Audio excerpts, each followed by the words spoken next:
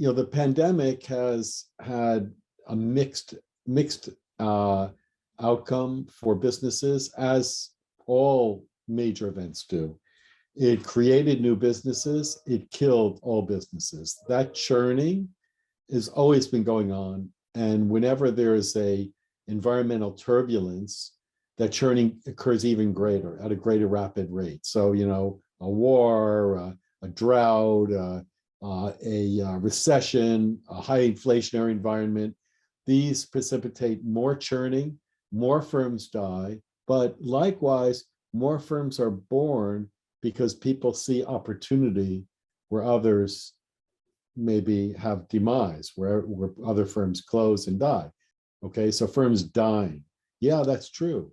A lot of firms took an opportunity to say, you know what, maybe they've been trying to keep it alive too long and it hasn't been doing well. Maybe the last sort of death blow was the pandemic.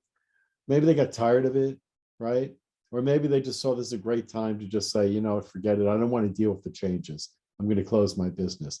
But just as many people have seen new opportunities in businesses and have started new businesses that reflect changes in consumer behavior. The fact that we're buying more things online, we're delivering food in different ways, we're behaving in different ways. So as many opportunities are created as firms die. It's a misnomer to think that entrepreneurship is only about high growth economies. That's not true.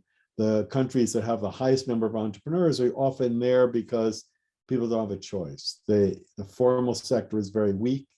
People don't really have an opportunity to do anything else.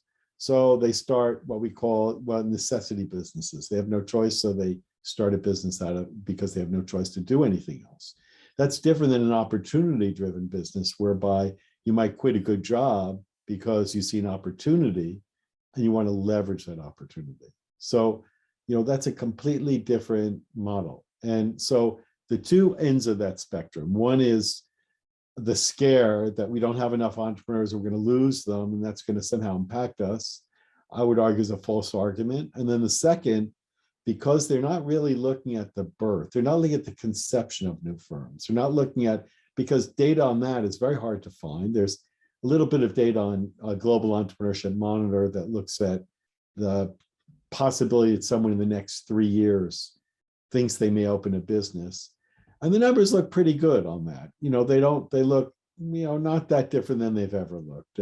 Pretty much, at any time, somewhere between 5 and 10% of any population is sort of thinking that they might want to start a business in the next 3 years.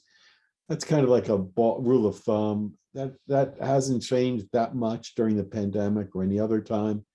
And one can even look at it differently and say, you know what, there are a lot of people that during the pandemic received extended unemployment. They were home. They realized maybe their job isn't so good.